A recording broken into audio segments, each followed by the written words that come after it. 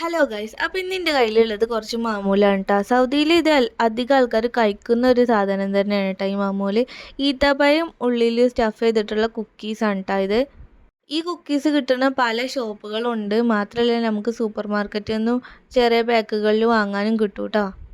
എനിക്കത് ഗിഫ്റ്റായിട്ട് കിട്ടിയ സാധനമാണ് കേട്ടോ. ഇതിൽ കുറച്ച് 3-4 ഷേപ്പുകളൊക്കെ ഉണ്ടായിരുന്നേ.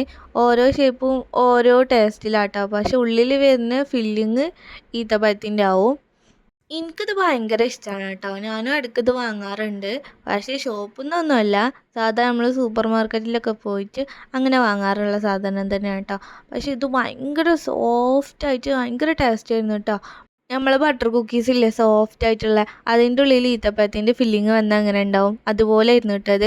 പിന്നെ ഇതിൻ്റെ മുകളിൽ കുറച്ച് നമ്മളെ പിസ്താഷ്യോൻ്റെ കുറച്ച് ക്രഷും കൂടെ ഇട്ടിട്ടുണ്ടായിരുന്നു കേട്ടോ. ഇത് നല്ല അടിപൊളിയായിരുന്നു.